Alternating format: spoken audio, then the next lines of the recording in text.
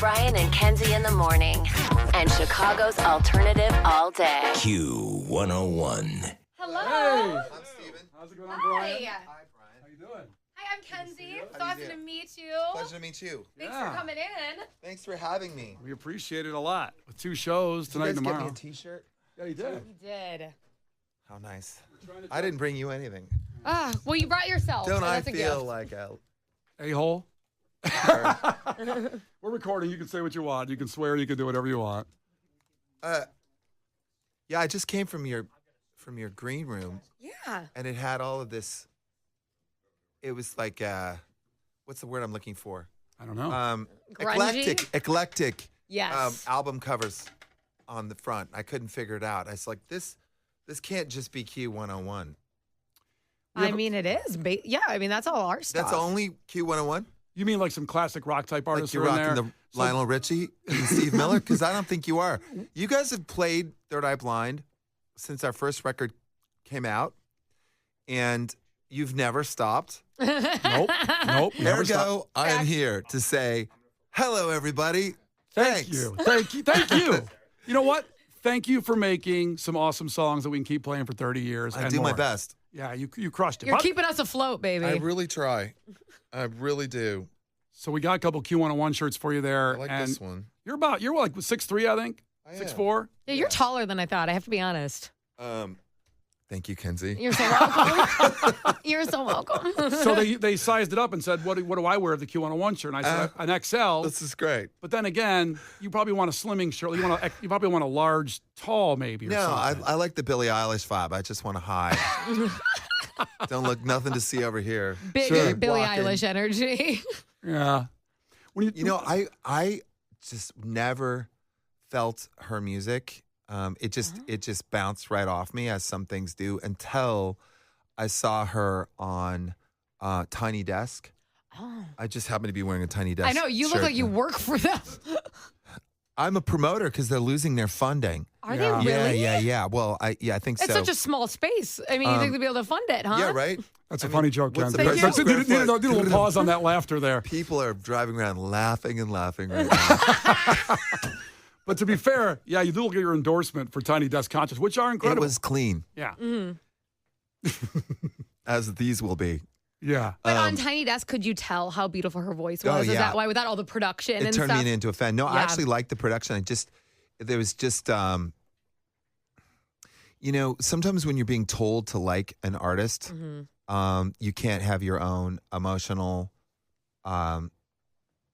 response. Yeah, to it. like You your sort of own li- development. Yeah, it's like the idea that I was going to listen to Radiohead, I was going to listen to OK Computer. I was like, I get it. It's the Cats of alternative music. But I couldn't do it. I just couldn't. I could not bring myself to Yeah.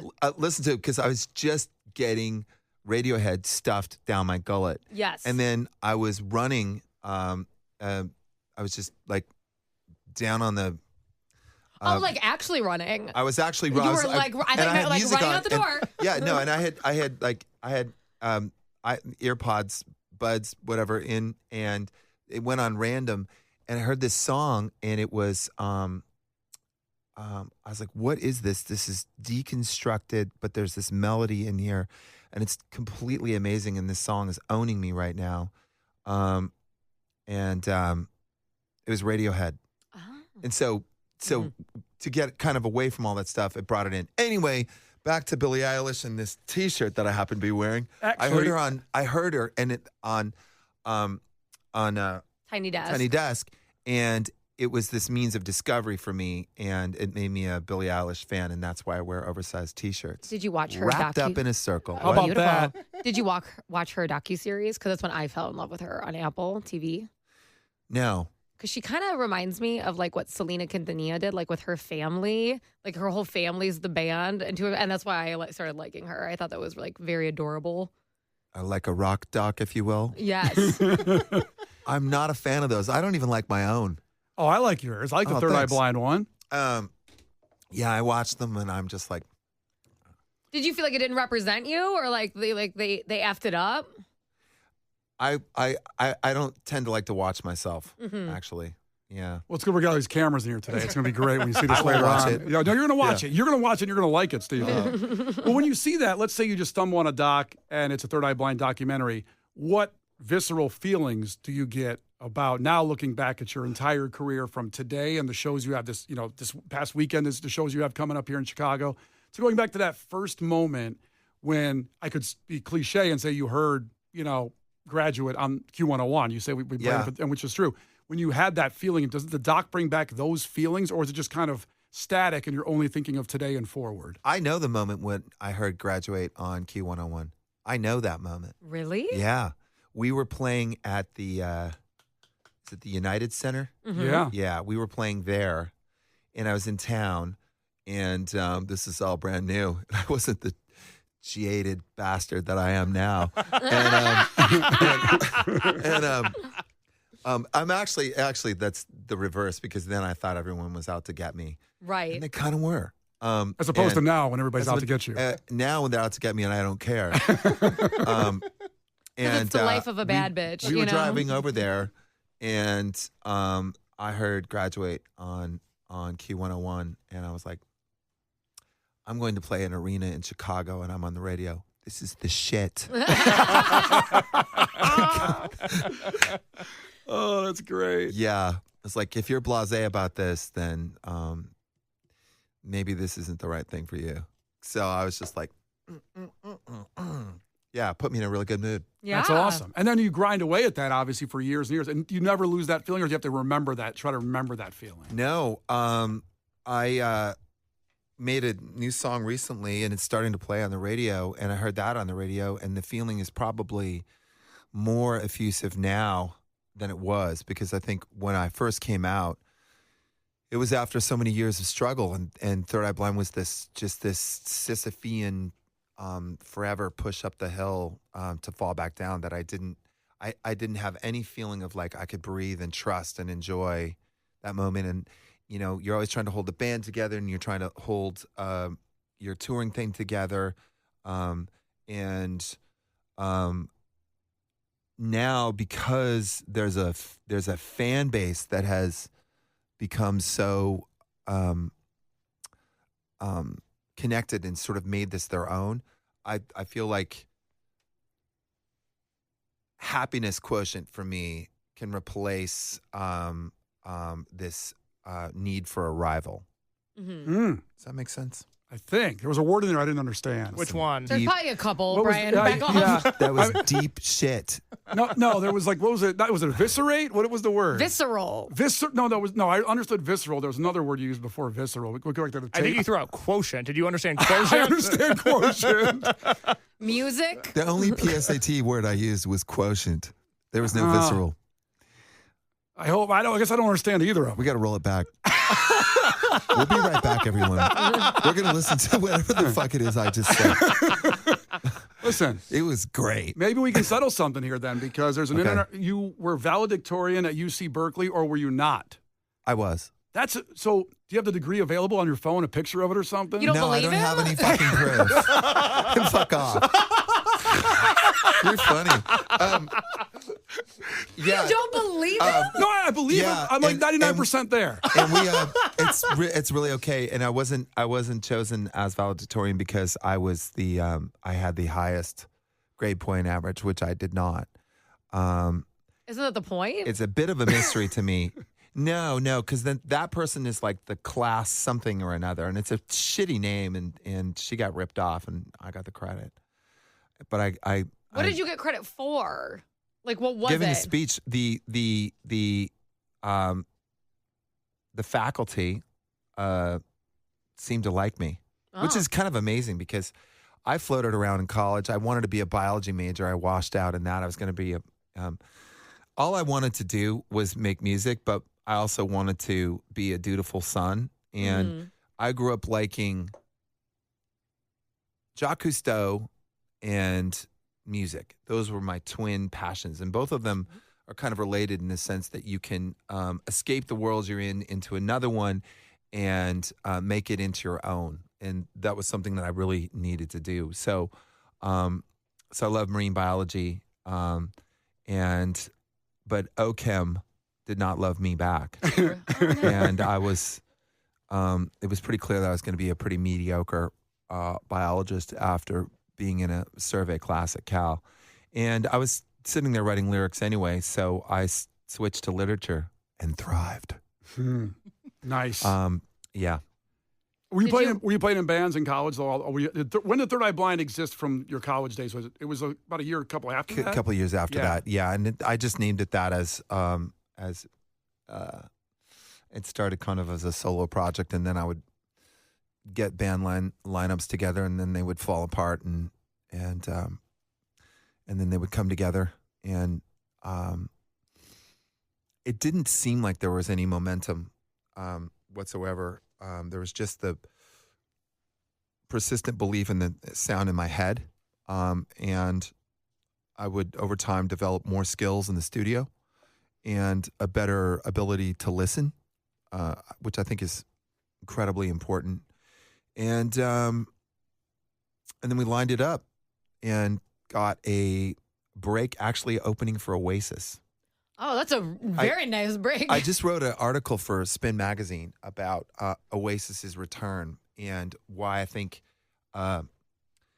it's so important right now. And they did something for me back in the day because things were not going well and nobody was paying attention to my band in San Francisco at the time. And I heard right when Definitely Maybe came out, and I heard this song, and it was just this total T-Rex cop. You know, it was a Bang-A-Gong ripoff, and rudimentary as you please, but it hit different, and it sounded huge. It sounded like just banging off the like acid house banging off the walls of an arena, just slurring around like that. And then there's this Johnny Rotten on sport mode vocal happening. And I'm like, what is this? And it was unapologetic and soulful. And I'm like, I'm in, count me in. And that was Cigarettes and Alcohol. That was the first song that I heard from Oasis. And it had this optimism that wasn't Pollyanna, and this confidence. And so put those things together, and that is the definition of swagger. And that was kind of not allowed in San Francisco at the time, which was kind of consumed in this grungy, I'm whinging kind of, that's what it had reduced to. It seemed to me at the time, or this kind of elitism of indie rock, which is what I am from. But I sort of did not like that kind of those twin forces. And then I heard this band Oasis, and they're like, yeah, fuck all that, and fuck your dress code, and we're just gonna Rockstar down on our terms, and that kind of returned a sense of swagger to me, and I think carried me forward. And so 2 years later, just as if by magic, an A&R guy from Epic who had signed Oasis took a shine to Third Eye Blind's little demo tape and said, when can I hear you? And I said, I've got an answer for you. How about you have us open for Oasis, who's playing here in 3 weeks or something, sold out, and have us be the opening band. They didn't have an opening band, and so they put us on the bill. No way. Yeah. That's awesome. Yeah. That's so cool. So Oasis, and by the way, you guys listening out there, why are we talking about Oasis? Because Oasis is back on tour. This is where this is coming to.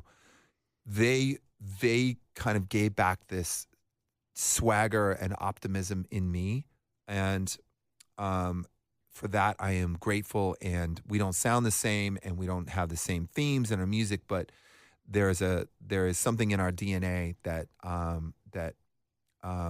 I am thankful for them for. And I think them coming back and doing a tour right now Are they playing Chicago? Soldier Yes. Field at the end of August, I'm about sure a month it's away. sold out. Yeah, it is. Okay. Sore subject with Kenzie here. She didn't get a ticket. It's going to work out for you. Why do you have a ticket? It's gonna happen for you, Okay. Kenzie. Well, we went. Everybody knows it too. You're gonna. I think people think at Q101 we have like 800 stacks of tickets laying around for Oasis, but no, this was a ticket. We went in No, the queue. you're not gonna get one. Kenzie's gonna get one. No. He made Yeah. it. Wait a minute. I got them all. Oh, you did you? I bought all of them so was she couldn't get so- one. He was so rude. Can I tell you what happened to me, Steven? So we're all in the waiting room because we are buying our tickets. Like It's this. terrible what he did to you in advance. Go ahead. I know. All of a And sudden, I'm not in the room. I can feel so Steve's not we even looking at me have- anymore. We have a group chat. Us three. We're the morning show. We have a group chat, Yeah. and we're all in our waiting rooms. They make it in. I don't. And all of a sudden, there's no silence, dead silence in the group chat. You're only allowed to buy 4 tickets when you get in. He has him buy 2 more so he So can have I got my 6. 4 on the floor, and I text Case then and say he was going to buy 2. I go, no. You got in. You buy 4. They took me out of the group chat, and he bought 6. Well, I bought 4. He bought 4. I bought his other 2. And then he I has 2. sold I have 2 to 6. Brian because Brian has a big party. I Yeah. don't have that many friends. I only needed the 1 extra ticket. Brian needed 5 extras. The same passion you have for Oasis, I do too, and I have a squad that wants to all go. Yeah. I'm on But the the- morning show. But my squad got filled up before I realized, oh shit, I don't vote for Kenzie. Do you see what? Isn't that kind of fucked up? It's unfair. Unfairness abounds. But I just think there's going to be remedy. I think it's going to work I think out. karma's going to come into play with I this want to conversation. end up on fucking stage. I'm Mighty so forces mad. are going to come to your aid for sure. Are you going to any of them? I just figure Maybe I'm, this one. No, I just figured that. It'll happen. I mean, I just wrote this big article about them in Spin Magazine, so I figured that I'm going to be swimming in tickets soon enough. I'll invite you. Yeah, I'm going to be Call me. on the Swimming. side of the stage looking bored with big sunglasses on. Yes, great, mate. So, but I have a theory. Mm-hmm. Okay. I don't think it's nostalgia. And I don't think it's because Noel needs to pay for his divorces or that Liam, has mellowed. I don't think any of that nonsense is the point. I think that music or any kind of art resonates with the collective dreams and aspirations of a time. I think that people are looking to feel that swagger again. I think that people are looking to feel supersonic. I think that the loudest thing that is going to happen in Chicago coming up real soon is an entire stadium of people singing at the top of their lungs, "Don't Look Back in Anger."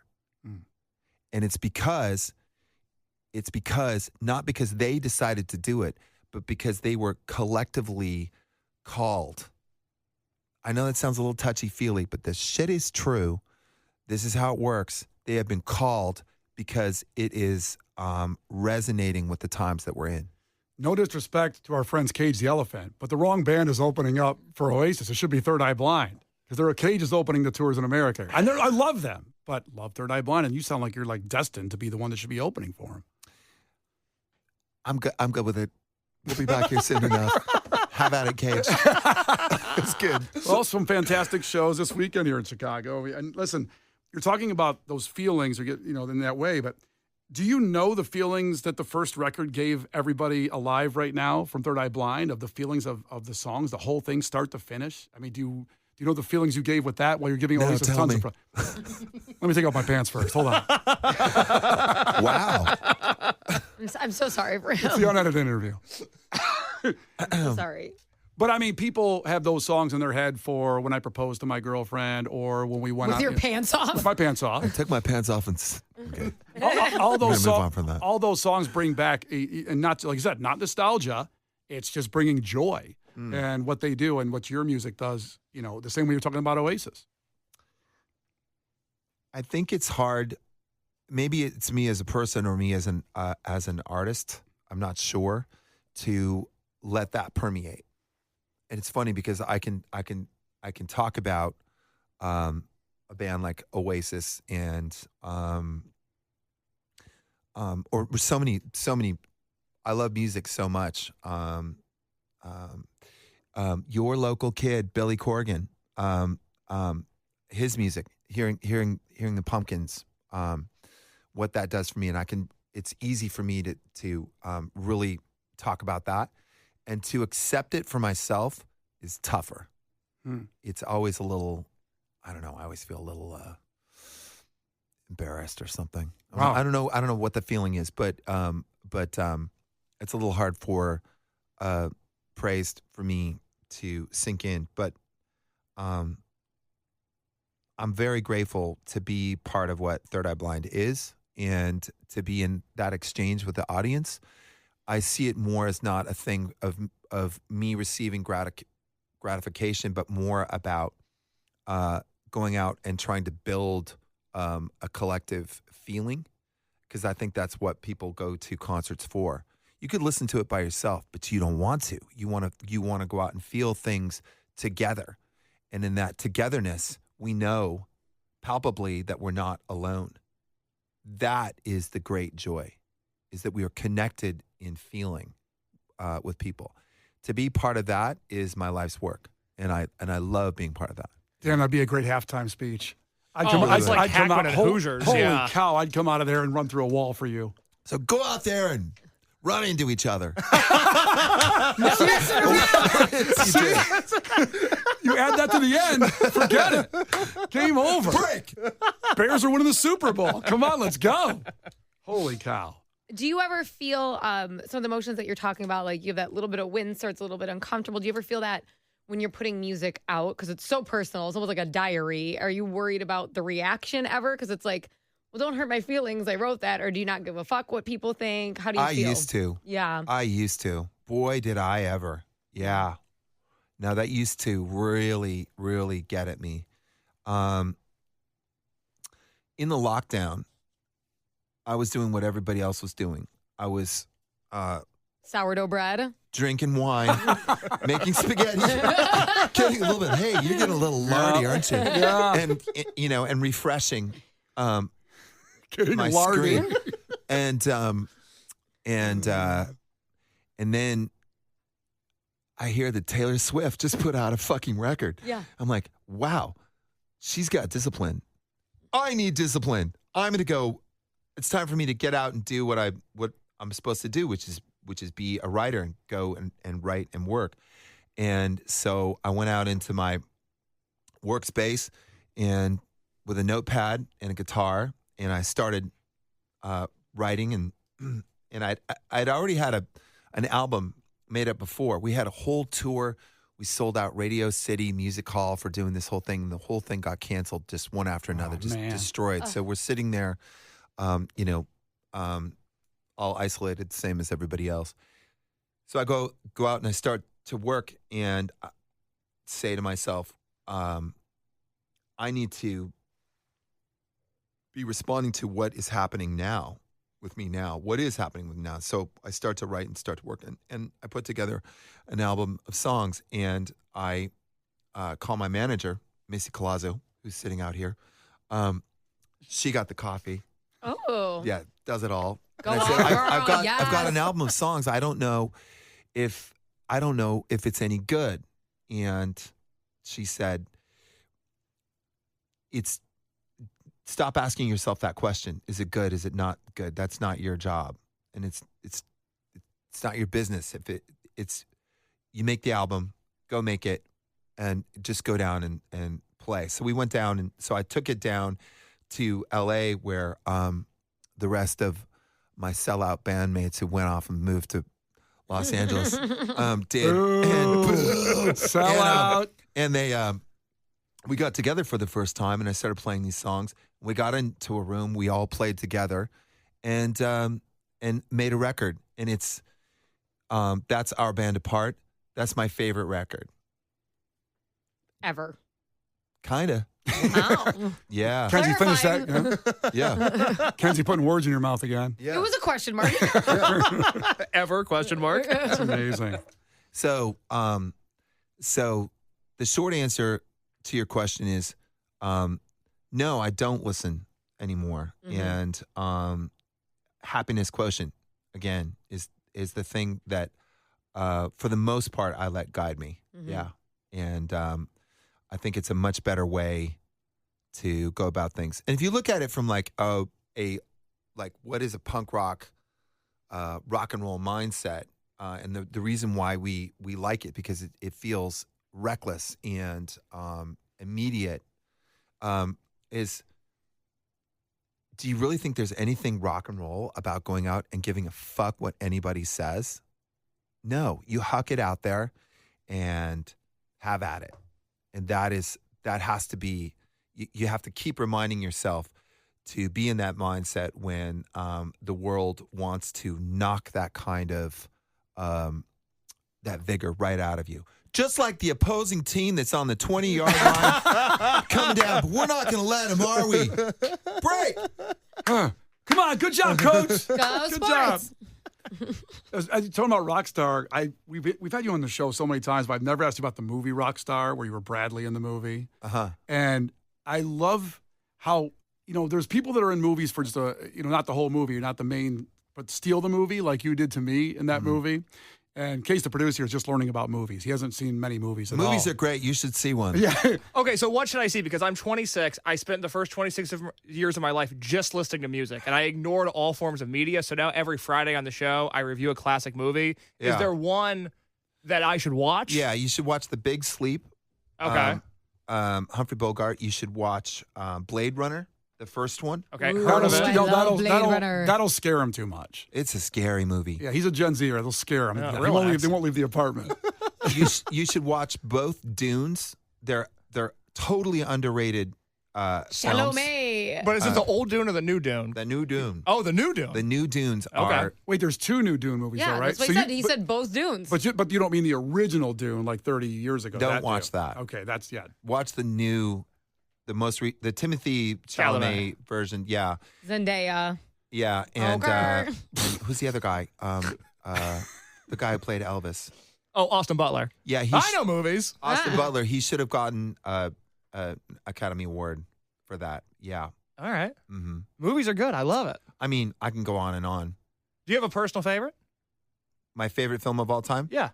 Blade Runner. Okay. No all right, kidding. Blade Runner. Yeah. I wouldn't expect that. That's interesting. What would you expect? Rockstar, the one you were in. The many movies you were in. I haven't seen it. Are you serious? You haven't seen it? No. Because I don't tend to watch myself. I saw a clip of me, and I was like, man, I had a whole other thing that I wanted to do, and I just looked at it and said, I wish I could have done it. Yeah. I liked you as Bradley when you came into the set and you were in the other Steel Dragon tribute band. See, Mark Wahlberg asked me to be in that movie. Really? Yeah. We had some mutual friends, and he wanted me to play his best friend in the movie. Who was Timothy Oliphant. Timothy Oliphant. And Jeez, were you on set, Brian? God. I like the movie. really a trip. I haven't seen it. You should definitely see Rockstar. All right, I will do that. That sounds Jesus awesome. Christ. Apparently, Stephen Jenkins is in it, and I haven't seen it. How about that? But I was on tour, and I didn't have time to take off from the tour to go be in a silly movie. So we found a day. I think I had a day and a half to get there. So I flew off tour. I got the flu. I was really sick, and I get on set, and they get me all dudded up, and we get the words. And I had this idea. I'd never been in a movie before, but I believed that I knew what good acting is. And I got on the set and said some lines. I said the lines back, cut, and I went, I do know what good acting is. That's not it. I liked you in it. And they said, check the gate, which means you're moving on. It means like, I don't actually know what check the gate means. I just know that check the gate is like a take foul, in basketball. I don't know what a take foul is, but you yell it, take foul, check the gate, same shit. Everybody knows they're moving on. Yeah, you're moving on, and somebody moved on you or something. Take foul, check the gate. So they could check the gate. I'm like, what? Whoa. And that was my experience on the movie, and and then I left, and people said they liked it. I liked it. That's a great movie. I love it in the scene when Oh, God. when Mark Wahlberg walks out, takes his microphone, and you're like, "Don't worry, guys, my dad's going to buy us all new equipment." And I wondered if you have met people like that along the way. Of course. I was like, I'm going to play the guy I hated in high school. Yes. Because in high school, I hated I liked punk rock in high school. And there was just, when you're in high school, it's a terrible thing, but it's a really great thing. And I think Gen Z has kind of moved past this, which is you like what you like and what other people like. If you don't like that, you don't like them, right? Yeah. It's really these hard divisions where it seems like that's kind of all melted away in some sense, which I much prefer. But we were in these different camps in high school. So there's a guy who was like, he'd like throw his goats all the time, like, his devil horns and all that shit. And like Judas Priest was just the most amazing thing. And we would have like verbal conflict over this. And I'd look at him and I go, breaking the law. 'Cause I was like, come on, dude. Anyway, so I played that guy. That's how I just acted like him. and you killed it as that guy. Well, thank you. Anyway, you know what? You should watch it sometime. It's pretty good.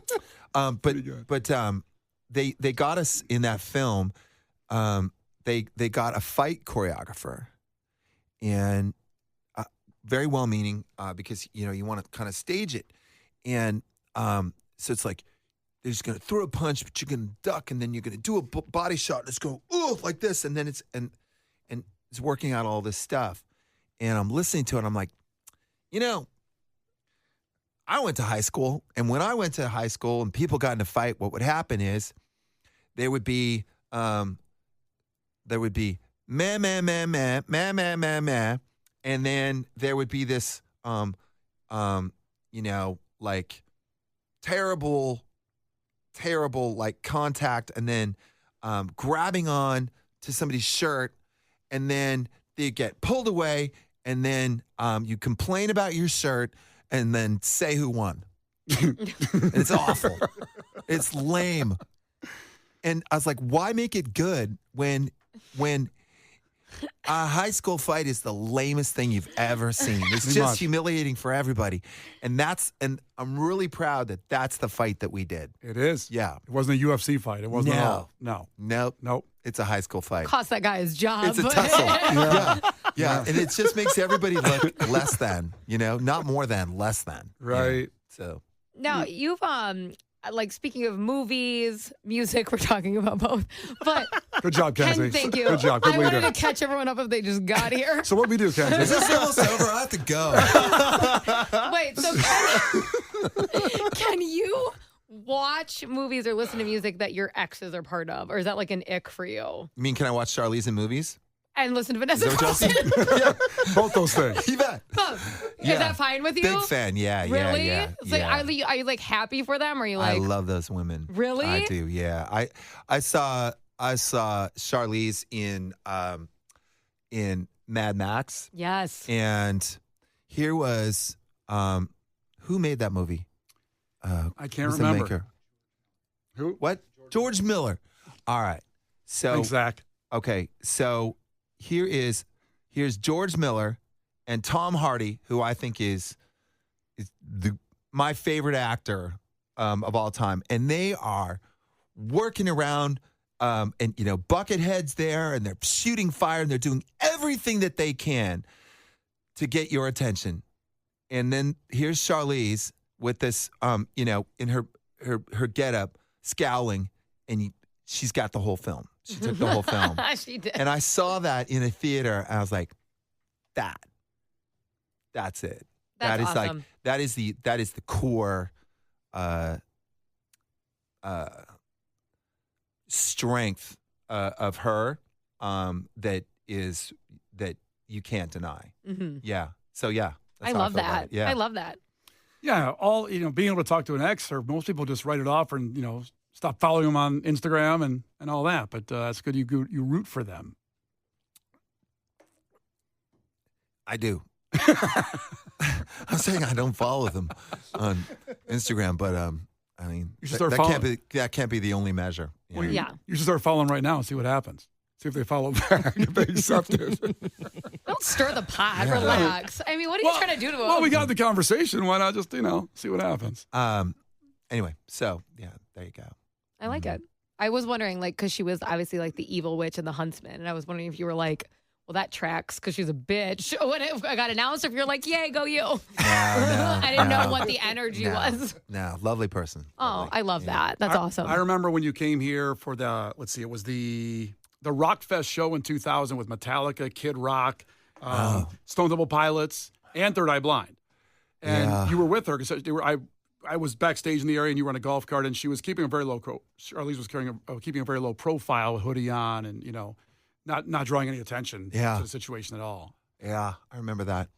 I'm friends with those Metallica guys, and Third Eye Blind has a really specific audience. I think about bands like a lot of metal bands. They have this whole kind of ecosystem, or the Postal Service and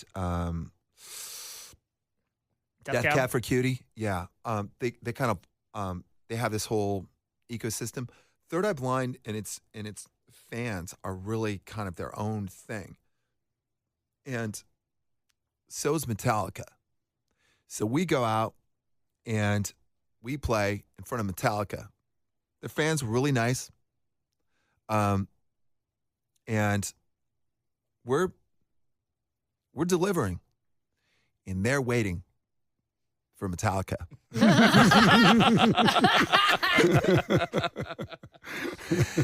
We went on tour with we just headline. That's just it, and it's just because it works better for us, and plus we're lucky enough to be able to play, venues that we can headline, arenas and kind of sheds, not stadiums, but we went out and played with U2. Yeah. Great. Total blend. We play with Rolling Stones, Smashing Pumpkins. Great blend. Metallica. Yeah. We're waiting for Metallica. Yeah. Yeah. Okay, end it, pretty boy. Really, really polite. No, there wasn't anything like that at all. Yeah. No, it was all good. It was all good. I was like, Bet. yeah. So The guy in Anyway. the camo cargo shorts right there by the barricade, just nodding his head a little bit, but maybe doesn't want to see his girlfriend to see these nodding at the Third Eye Blind. yeah, TikTok. Yeah. Yeah. That's amazing. And you've had so many great shows here in Chicago. When you come here, what do you think of, what's the first thought of coming to Chicago when you come here? Is it going to rain again? Sorry. Yeah. No, I really actually do think about that now. Yeah. In being so fortunate as getting to go play every 2 years, we go and do a big tour. Third Eye Blind shows, it's a different weather system that's out there, and it's climate change is definitely something that I take into account now when we'll book a tour a year and a half out, and I think about what's it going to be like to be outside in changing heat, flash floods, rain, etc. Do you prefer indoor venues? So you have to think about it. And this summer, I like to be outside. Yeah. I mean, what's that place down there? Northerly Island. Northerly Island's great. I was like, the lake? I took your point super. I took that very literal. I like to play on a boat in the lake. Yeah. We can make that happen for you. Later With on a this couple week, responsible friends. Stephen Jenkins on a paddleboard out in Lake Michigan. It'd be Hey, great. everybody. Yeah. No, it's great. But can have a lot of lightning showers, and it seems like you have more. Yeah. Trips me out. Yeah. I think about it. Yeah, it sucks. Not But, to bum everybody out. yeah, it was a little bit of a bummer. But I do prefer to play outside. Wow. You think with the stress it brings you, you'd be like, just do it inside. The thing about playing inside though is the lasers look a lot better. Yeah. They really do. Yeah. They don't shoot all the way up in the sky, but they have more intensity. Yeah.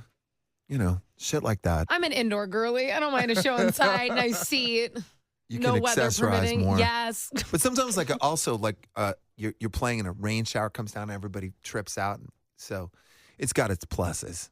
Well, it's going to be fine in here. And we heard you brought a guitar and you'll play a couple songs for us if that's doable.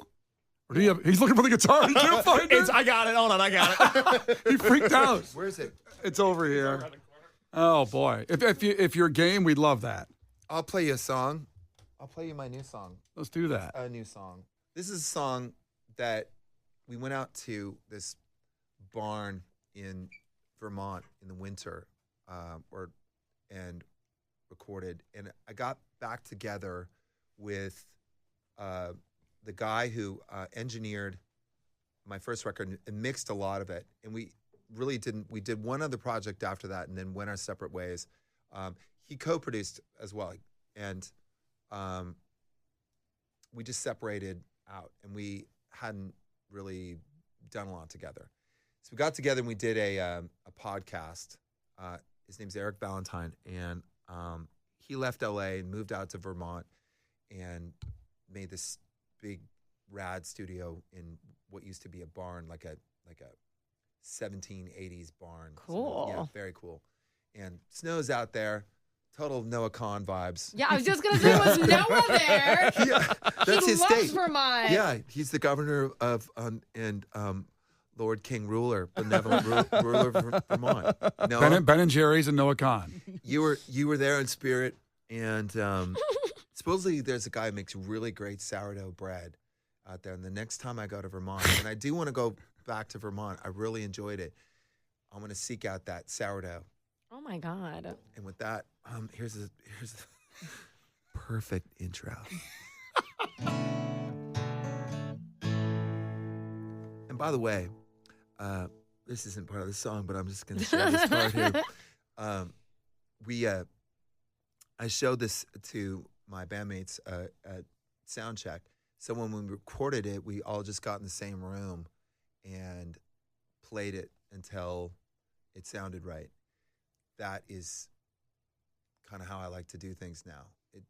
It's not all perfect, but what do you want to listen to? Do you want to listen to music or a MacBook Pro? It's us against the machines, man. Totally. This is what I say every day. Yeah. Yeah. Fuck your AI. Is that what you say? I hate it. Okay. I hate We've it. had big conversations around here. Here comes us against them.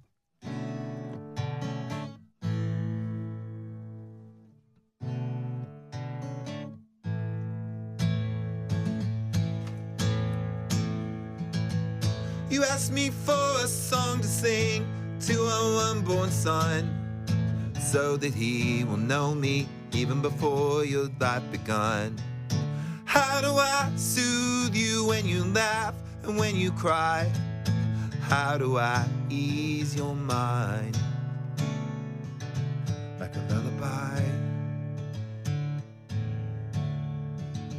Like a lullaby. She said it's not enough for you to love me. You must love the sky and the dirt beneath your feet and the endless questions why. And you must love the chase in time like colors flicker in the sky. And we're never gonna catch them, no. But we're gonna try. We're gonna try. Sleep, baby boy. And I wonder what you see when you hear my voice. Quick, quick, now let's grab the time like clay it's gonna dry. 5 years comes along, 5 years passes by. She and I will hold you and each other till we die. And everything we say and do for you, that's a lullaby. That's a lullaby. lullaby. It's a lullaby.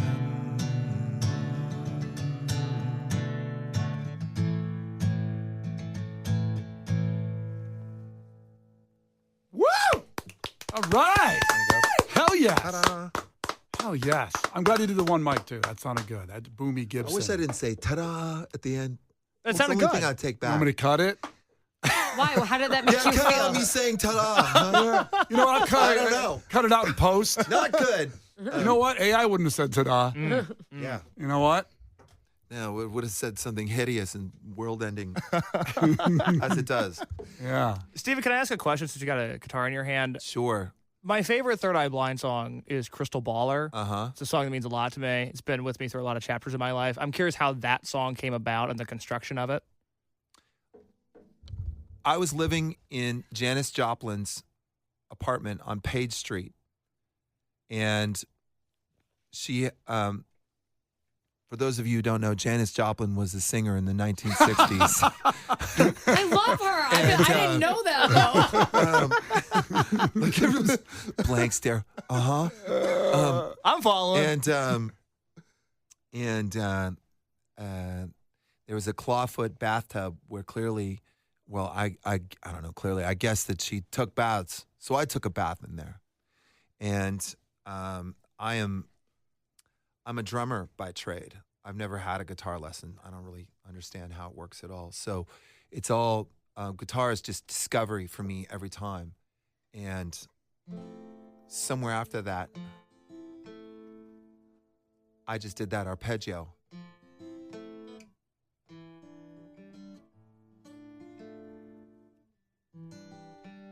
And to me, I'll hear these things and they evoke some.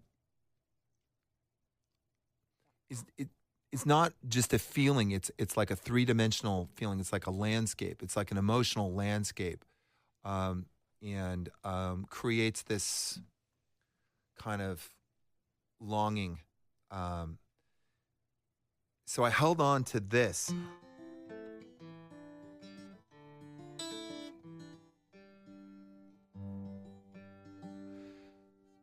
For a long time until the words came along that were the words that That you were looking evoked for? that just were in that landscape. And so that was years later from those chords changes. I guess I should just play that one. Okay. So this was on Out of the Vein, right? Yes. Okay. Calm Yeah. down. No, You're I so was answering the excited. question.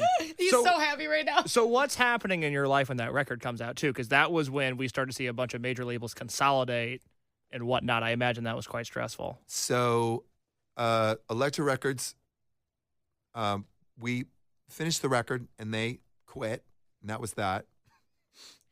And we weren't going to go to Atlantic. And so we basically just the record system that we were in imploded at the time. And I think that I had been driving for so long. I had been pushing forward for so long. It was 9 years after I got out of college that I actually got a record deal, and I had made that decision that music is what I was going to do. And so it was just years and years of pushing forward and failure. And then at the time, you couldn't get any movement in your life really without a record deal. It was almost impossible. Now there's so many venues, and and the ability to make records has been democratized, which is a great thing with computers. Mike Skinner, The Streets, is one of my favorite records of all time. That is made on a piece of shit like a Dell, and a microphone that's way less quality than this. Just garbage in a council estate somewhere in England. It's a great record. So and you can make that happen, and then you can put out a video on YouTube and if people, and it can connect to people, and you can go off and be Justin Bieber, which is rad. So good for you. But we could not do that. Right.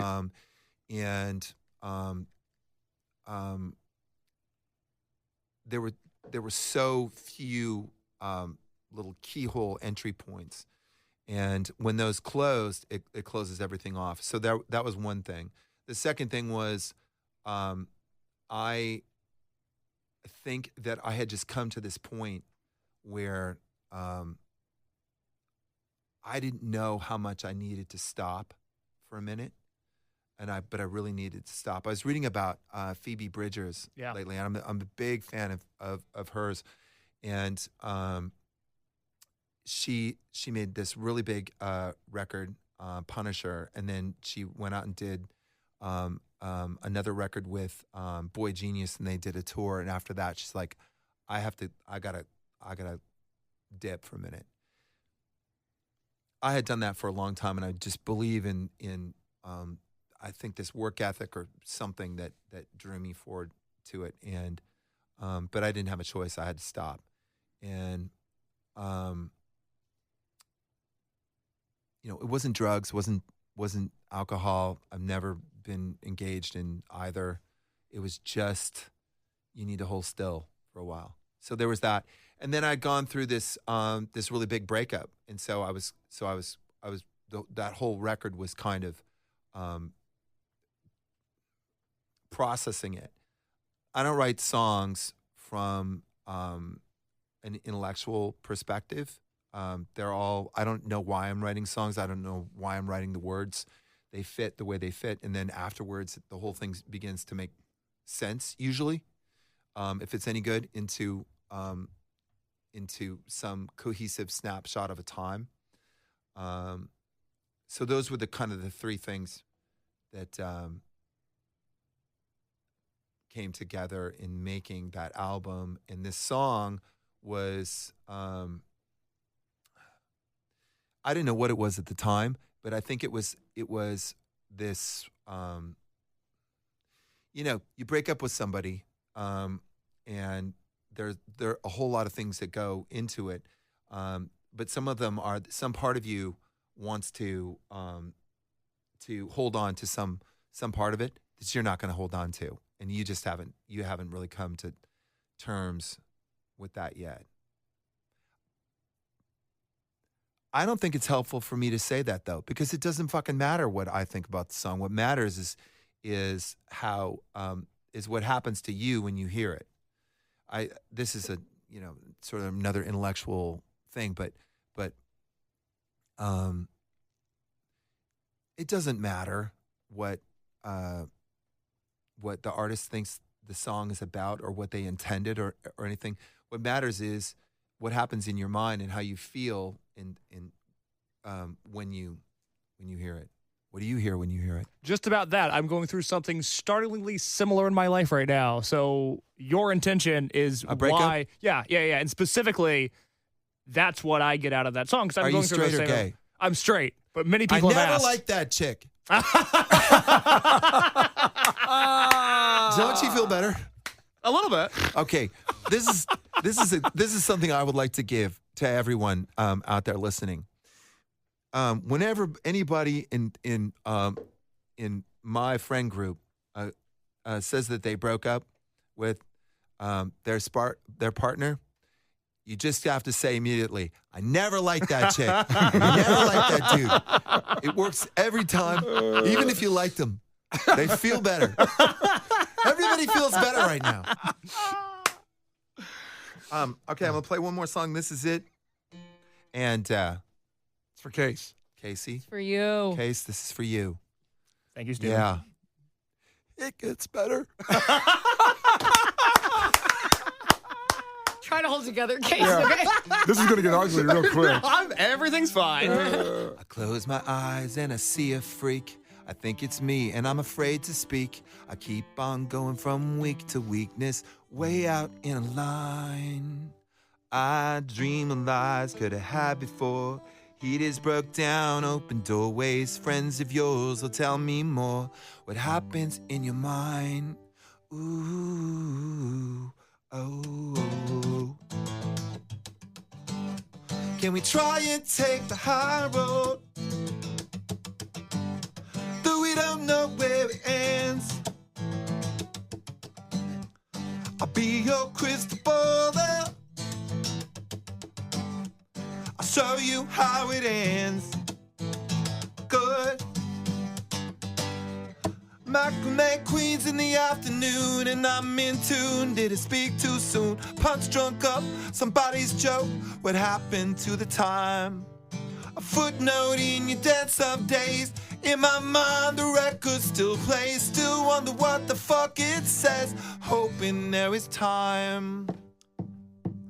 Could try and take the high road. Don't know where it is. I'll be your crystal baller. I'll be your diamond ring. And talk about tomorrow and the promise that it brings. I'll be your crystal baller. I'll show you everything good. And in the moments you were screaming at me, must have been somebody else. The patrons of the pub keep singing macrame queens in the afternoon. I'm in tune, did I speak too soon? Punch drunk up somebody's joke. What happened to the time? Dream of lies could have had before. He just broke down, open doorways like waiting for a trick to score. It seems that way sometimes. I wonder where we're all going. Homesick for your primal knowing. Wonder why the wind keeps blowing you through my mind. I try and take the high road. Don't know where it ends. I'll be your crystal baller. I'll be your diamond ring. Good. The one I never gave you. And the promise that it brings. I'll be your crystal baller. Your diamond ring. Be your crystal baller. Crystal baller. Yeah. Ta-da. Oh, thank you so much. Thank you, thank you. I biffed many of those lyrics, and I know you know that, Case, and I apologize, but we're not doing any redos here. No, we're not. It's radio, people. I thought he was going to give you the guitar. No. He was like, here you go. I gift this to you. He brought the one guitar. He laughed when he said that, which is the best part. It's like Excalibur. Not quite. I signed my coffee cup for you. I didn't actually. It's a joke. I'm not giving you that either. No. But I do wish you well. Yes. I appreciate that. Steven, Hey, thank you, man, so much. Thank you guys for having me. What a hoot. Thank you Yeah, so good much time. for hanging out with us. Thank you for loving my band these years. It means a lot. When we play here, we feel, Third Eye Blind feels home and connected, and you are part of the reason for that. So listen to Q101, you people. And I'm out. I'm leaving. Brian and Kenzie in the morning. And Chicago's alternative all day. Q101.